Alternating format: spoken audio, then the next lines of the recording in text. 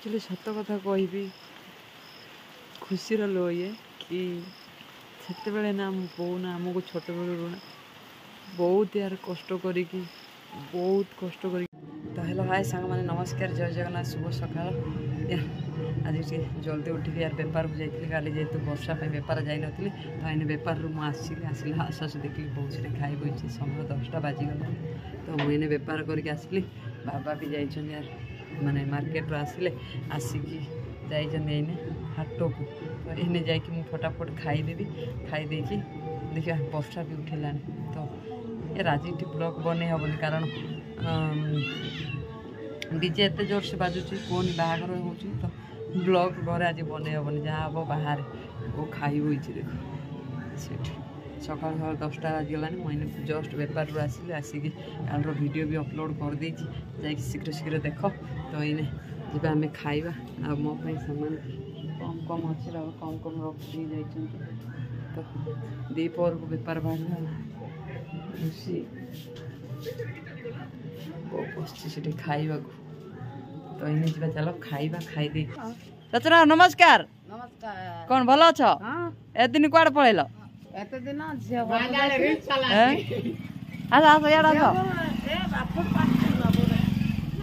भाई कौन गो बड़ माँ सो गाइस देखो मु सकाल सकाल आज बेपार जा आइब ओजन रे हला काय नबो काय रे को बैग रे हां एडा तो जा मार्केटिंग अच्छा तो आज देला छोड़ दे थैंक यू तमरो लाभ उसका तमरो लाभ उसका तमरो लाभ मु जान उसका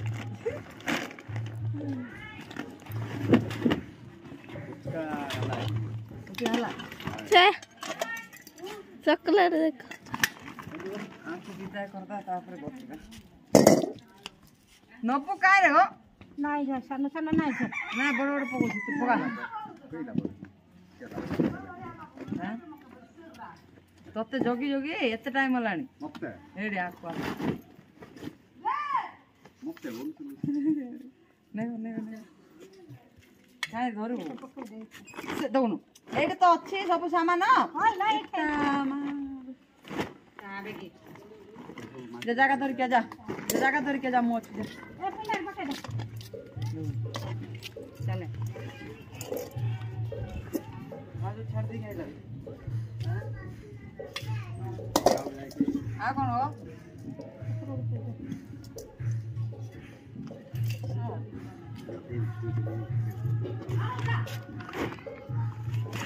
केते आधे किलो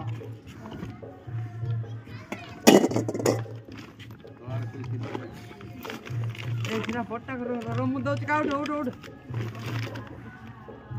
आधे किलो तो होबा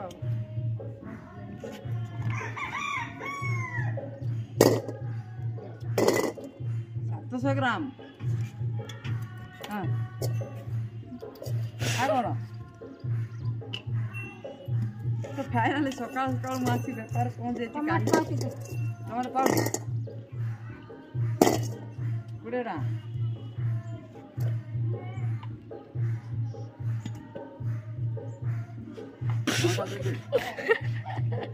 नातोडे कोण देखो तू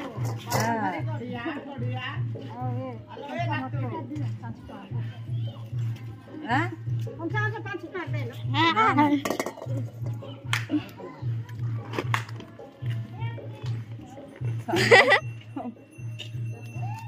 तो पायर बड बड हैं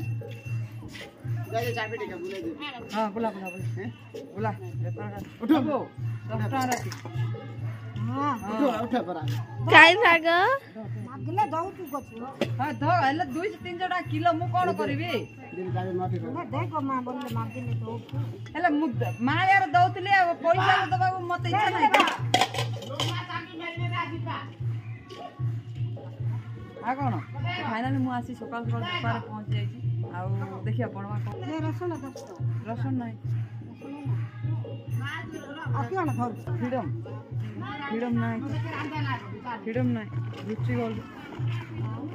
संध्या रांधि बेला आ कौन एपर क्यों 40 50 70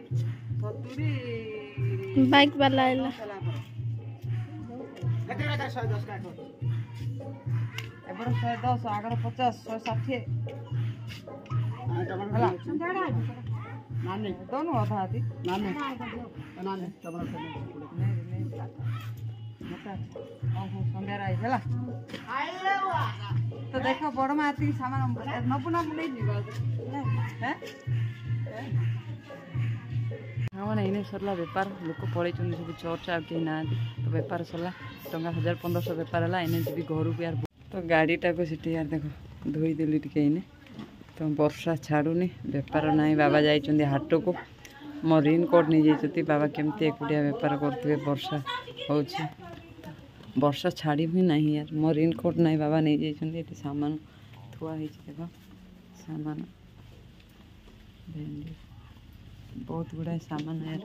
ଥୁଆ ହେଇଛି କିନ୍ତୁ ବର୍ଷା ହିଁ କମୁନାହିଁ ଲଙ୍କା ଫଙ୍କା ସବୁ ଥୁଆ ହେଇଛି ବର୍ଷାଟା ୟାର କମ୍ ୟାର 3:30 4ଟା ବାଜି ଗଲାଣି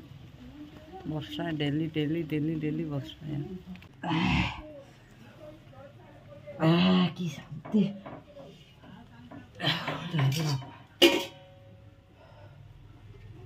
ଝାଳ ହେଇଗଲା ତ ବର୍ତ୍ତମାନ ବେପାର ଫେପାର କିଛି ନାହିଁ ଭାଇ ବର୍ଷା ହେଉଛି ବାବା ଯାଇଛନ୍ତି ଏରି ମାନେ ହାଟକୁ ତ ହାଟରେ ବାବା ମୋ ରେନ୍ କୋଟ୍ ନେଇଯାଏ ସେପଟେ ବି ବର୍ଷା ହେଉଥିବ ସେପଟେ ବୋଉ କାଟୁଛି ଚିପ୍ସ ବର୍ଷା ତ ଲାଗି ରହିଛି 4:30 5ଟା ହେଇଗଲାଣି ସାମାନ ଏଠି ସେଠି ଥୁଆ ହେଇଛି ସବୁ ବେପାର ଫେପାର କିଛି ନାହିଁ ବହୁତ ଟେନସନ୍ ଲାଗୁଛି କେମିତି କ'ଣ ହେବ ତ ଚାଲ ସାମାନ ଥୁଆ ହେଇଯାଇଛି ଯେହେତୁ ମାନେ ମୂଳ ପଇସା ବାହାରିଗଲେ ଟେନସନ୍ ନାହିଁ ତ ରେନ୍ କୋଟ୍ ବି ନାହିଁ ବେପାର କେଉଁଠି କେମିତି ଯିବି ଭାବୁଛି ଏଇନେ ରଶ୍ମିର ଗାଁରେ ଟିକେ ଯିବି ତ ବର୍ଷା ଏଇନେ ଟିକେ କମିଛି ଚାଲ ଦେଖିବା ଏଇନେ ଯିବା ପାଇଁ ବାହାରୁଛି କ'ଣ କେମିତି ବେପାର ହେବ ଆଜି ତ ସେଠି ଆମର ଟିଭି ଆର ବନ୍ଦ ନାହିଁ ରତ୍ନ ଭଣ୍ଡାର ଖୋଲିବ ଦେଖିଆ ଚାଲିଛନ୍ତି ଖାଲି ଏଠି ରୋଷେଇ ଚାଲିଛି ଆଉ ସେଠି ବୋଉ କାଟୁଛି ପରିବା ଦେଖ ଫୁଲକୁ ସବୁ ଚିପ୍ସ ଛଣା ହେବ ଆଉ ଟିଭି ଲାଗିଛି ରତ୍ନ ଭଣ୍ଡାର ଖୋଲା ହେବ ଏମାନେ ଭାଇ ଏତିକି ଏଇନା ଆମର ଚିପ୍ସ ଛଣା ହେବ ଫୁଲକୋବି କଲରା ବାଇଗଣ କାଙ୍କଡ଼ ଆଳୁ ତ ସାଙ୍ଗମାନେ ଦେଖ ୟାର ବର୍ଷା ଛାଡ଼ିଥିଲା ମୁଁ କହୁଥିଲି ନା ଯେଉଁ ଭିଡ଼ିଓରେ ଅଛି ଅଛି ତ ବର୍ଷା ଛାଡ଼ିଥିଲା ମୁଁ କହୁଥିଲି ବେପାର ବାରି ବର୍ଷା ଛାଡ଼ିଥିଲା କଷ୍ଟମର ବି ଫୋନ୍ କରିଥିଲା ତ ବେପାରକୁ ଆସିଲି ଆସୁ ଆସୁ ଦେଖ ବର୍ଷା ହେଉଛି ତ ଏଇଠି ଘରେ ମୁଁ ମାନେ ଏଇଟା ଗୋଟେ ଘର ତିଆରି ହେଇନି ତ ଟିଣ ଫିଣ ପଡ଼ିଛି ତ ସେଠି ଗାଡ଼ିଟା ରଖିଦେଇଛି ବେପାର କିଛି ନାହିଁ ଦେଖ ବହୁତ ଟେନସନ୍ ମାନେ ଯେଉଁଠି 4000 5000 ବେପାର ହେବା କଥା ସେଠି 100 200 250 ବେପାର ହେଉଛି ତ କରିବ କ'ଣ ମଣିଷ ବହୁତ ଟେନସନ୍ ଲାଗୁଛି ଏଇଥିପାଇଁ କି ବେପାର ଫେପାର କିଛି ହେଉନି କିଛି ନାହିଁ ତ ବର୍ଷା ଏମିତି ଲାଗି ରହିଛି ମୋ ରେନ୍ କୋଟ୍ଟା ଥିଲା ବାବା ନେଇଯାଇଛି ବାବା ରେନ୍ କୋଟ୍ଟା ଛିଣ୍ଡି ଯାଇଛି ତ ବାବା ମୋ ରେନ୍ କୋଟ୍ଟା ନେଇଯାଇଛନ୍ତି ରେନ୍ କୋଟ୍ ଥିଲେ ହେଲେ ପିନ୍ଧିକି ବାହାରିଥାନ୍ତି ଯେହେତୁ ବର୍ଷାରେ ଭିଜିଲେ ମୋ ମୁଣ୍ଡର ଟିକେ ପ୍ରୋବ୍ଲେମ୍ ଅଛି ତ ତେଣୁକରି ମୁଣ୍ଡଟା ବର୍ଷା ପାଣି ପଡ଼ିଲେ ମୁଣ୍ଡର ପ୍ରୋବ୍ଲେମ୍ ବହୁତ ବାହାରେ ତ ତେଣୁକରି ମୁଁ ବର୍ଷାରେ ଭିଜିବାକୁ ଚାହୁଁନି ହେଲେ କାଲି ଭିଜି ଯାଇଥିଲି ଆସିକି ଟ୍ୟାବଲେଟ୍ ଖାଇଥିଲି ବୋଲି ଟିକେ ନର୍ମାଲ୍ ଅଛି ଦେଖ ସାମାନ ସବୁ ଯେମିତି ସେମିତି ଅଛି ଏଠି ଟଙ୍କା ଏବେ ଜଷ୍ଟ ଆସିଛି କିନ୍ତୁ 250 ଟଙ୍କା ବେପାର ହେଇଛି ଗାଁରେ ବେପାର କିଛି ହେଇନି ଲୋକ ୟାର ଘରୁ ହିଁ ବାହାରୁନାହାନ୍ତି ତ ବେପାର ହେବ କେମିତି ତ ପୁଣି ରଶ୍ମିର ଗାଁକୁ ମୋତେ ଯିବାର ଅଛି ଯିବି ବୋଲି ବାହାରିଥିଲି ଲେକିନ୍ ବର୍ଷା ହେଉଛି ଦେଖିବା ବର୍ଷା କମିବ ୟା ନାହିଁ ଦେଖ ବର୍ଷୁଛି ବେପାର କିଛି ନାହିଁ ଏଠି ମାତ୍ର 200 250 ଟଙ୍କା ବେପାର ତ କରିବ କେମିତି ପରିବାର ଚଳିବ କେମିତି ଆଗକୁ ଯିବ କେମିତି ଏସବୁ ମାନେ ବେଳେବେଳେ ଭାବିଲା ବେଳକୁ ମୁଣ୍ଡ ମାନେ ସତ କହୁଛି ଆଖିରୁ ଲୁହ ହିଁ ଆସିଯାଉଛି କି ବେପାର ତ ନାହିଁ ତ ଫ୍ୟାମିଲି ୟାର ଚାଲିବ କେମିତି ନିଜ ମେଣ୍ଟେନାନ୍ସ କରିବ କେମିତି ଏସବୁ ଭାବିଲା ବେଳକୁ ବହୁତ ଦୁଃଖ ହିଁ ଦୁଃଖ ମାନେ ସେ କଥାରେ ନାହିଁ ଦୁଃଖ ମୋ ଭାଗ୍ୟରେ ଗୀତ ବାହାରିଛି ସେଇଭଳିଆ ପ୍ରଭୁ ଭଗବାନଙ୍କୁ ଡାକୁଛି ଭଗବାନ ଆମ ଡାକ ଶୁଣ କାହାର କର୍ମ କରୁଛୁ କାହାର ଚୋରି କି ନାରୀ କିଛି କାମ କରିକି ଆମେ ବଞ୍ଚୁନୁ ତ ଆମ କର୍ମକୁ ଆମକୁ କର୍ମରେ ଆଗକୁ ଯିବାକୁ ସାଥ ଦିଅ ପ୍ରଭୁ ଏତିକି ପ୍ରଭୁ ଭଗବାନଙ୍କୁ ଡାକୁଛି କି ଜଗନ୍ନାଥ ପ୍ରଭୁଙ୍କୁ କି କର୍ମ କରୁଛୁ ୟାର କର୍ମରେ ଆମକୁ କେବେ ବାଧା ଦିଅନି ନା କିଛି କାହାଠୁ ଅନ୍ୟାୟ ଅତ୍ୟାଚାର କରିକି ରୋଜଗାର କରୁଛୁ ଯେ ଡର ଲାଗିଥାନ୍ତା ତ କର୍ମ ହିଁ କରୁଛୁ ମାନେ ହକ୍ ଘଟୁଛୁ କିଛି ପଇସା ଇନକମ୍ କରିକି ନିଜେ ଚଳିକି ଫ୍ୟାମିଲି ଚଳାଇବା ପାଇଁ ତ तो भगवान को एति प्रार्थना करुँची आगुरी जमी बेपार होता सेमती हो वर्षा तो यार बहुत हैरान करुँची तो आज यार बहुत खुशी लगुच कि आम जगतरनाथ जगन्नाथ रत्न भंडार आज खोला हो तो बहुत खुशी लगुच जाहो एत दिन आशा और स्वप्न इच्छा थिला कि खोला हो रत्न भंडार तो देखिए केमती कौन हो तो भगवान को दयार भले भले रत्न भंडार खोली जाऊ समस्त इच्छा अच्छी आशा अच्छी तो देख वर्षा हो देख बाहर व्यू लोक मक्का लगे मक्का गछ भी उठीगला कौन कहला तो बो तो मक्का गछ भी उठीगला तो देखिए वर्षा टी कमिला पर्यटन मुझे वेट कर वर्षा पड़ुची बर्तमान पर्यटन वर्षा कमिले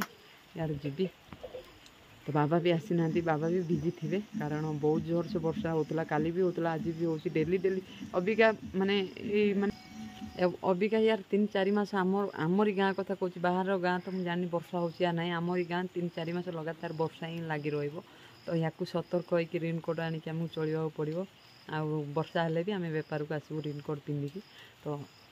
माने जेहेतु यहाँ आषाढ़ मास तापर पुणी श्रावण मास आसो तो सबू किसी अच्छी सबू माने आमर यार गाँव युड़ा मसरे बहुत जोर वर्षा हो तो यही देखिए वर्षा टे कमी जाओ प्रभु यार गॉड तो मन तो दुख ये लगुच कि बेपार बेपार किसी ना आउ कौन केमती हम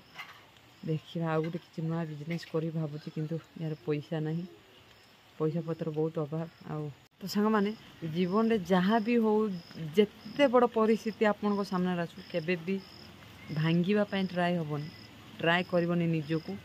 कारण निजे जदि तुम घर गोटे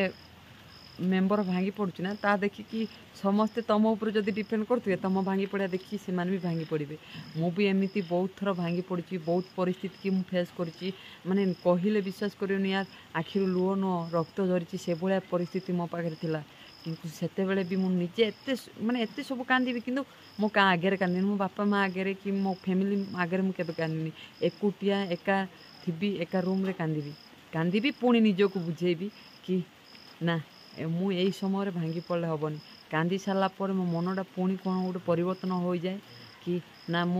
यही समय भांगी पड़े हेनी जिते लुह पुछि दिए से मत हल्का लगे आउ माने निजको टिके स्ट्रंग करने को जमती एनर्जी मिल जाए से भाया लगे मत कि आपण मानू कौन लगुच तो मुझे जानी कि मत ये फिल हुए मु बहुत किसी परिस्थिति 2012-13 ठू बहुत किसी परिस्थिति फेस करची जेहेतु माने मु गोटे गरीब परिवार बिलंग करुच्ची मो माने छोट बेलू बहुत किसी त्याग कर देछि मो फैमिली पे किंतु मु निजे एति खुशी होची कि जा हो किए का बापा माँ कि फैमिली पे एति करथिबे कि या नहीं मु जानिनी किंतु मो बापा माँ जहाँ पे मु दुनिया रे अच्छी जहाँ पे मु दुनिया को देखी दुनिया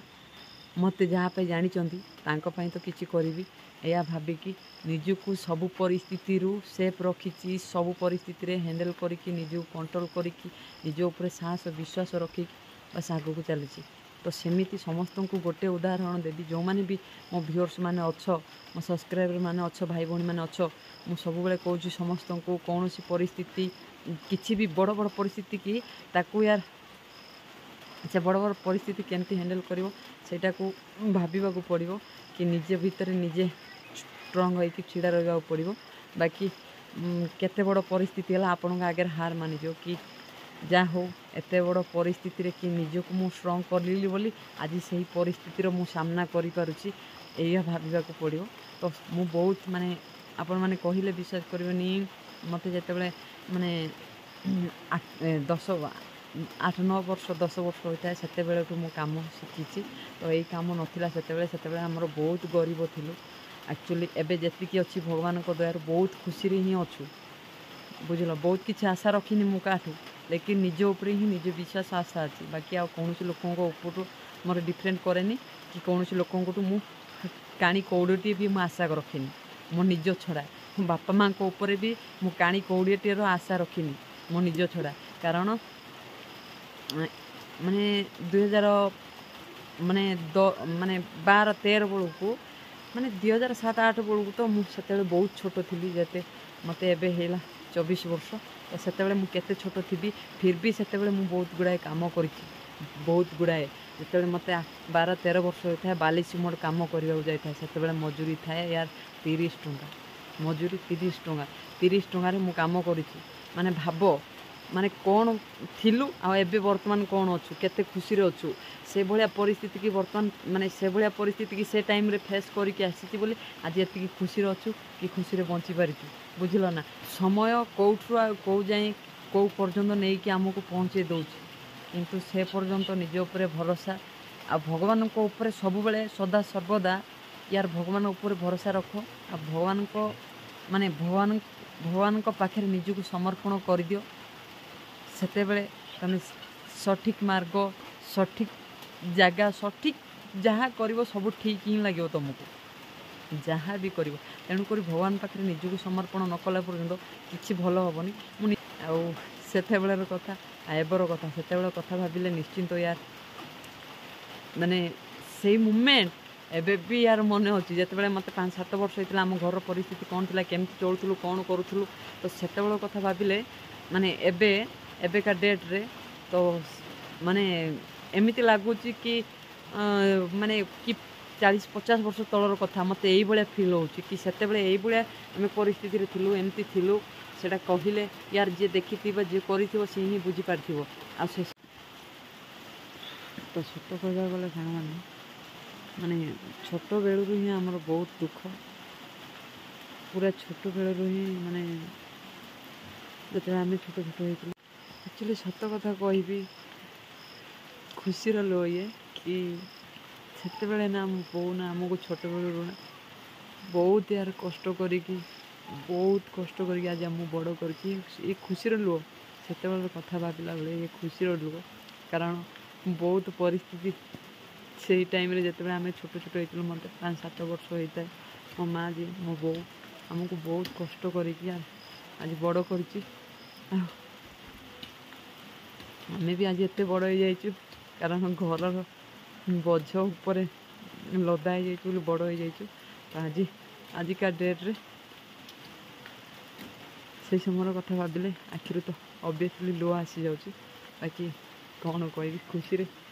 ନା କିଛି କହିବା ପାଇଁ ମୋ ପାଖରେ ଭାଷା ନାହିଁ ବୁଝିଲ ନା ତ ଛାଡ଼ ମୁଁ ସେଇ କଥା ଭାବିଲେ ହିଁ ମୋ ଆଖିରୁ ଲୁହ ଆସିଯାଉଛି ବା କହିବି କ'ଣ ଯାହା ହଉ ଆମେ ସେଇ ପରିସ୍ଥିତିରେ ଆଜି ଏଇ ପରିସ୍ଥିତିରେ ଅଛୁ ଫିର୍ ବି ମନରେ ଟେନସନ୍ ଅଛି ସେଇ ଟେନସନ୍ ବାକି ସମୟ ଆସିଲେ ସେୟାର କରିବି ତ ସାଙ୍ଗମାନେ ସେଇ କଥା ମୁଁ ଯେତେବେଳେ ବି ସେଇ କଥା ଭାବେ ମୋ ଆଖିରୁ ଲୁହ ଆସିଯାଏ ବାସ୍ ସେମିତି କିଛି ଇଏ ନାହିଁ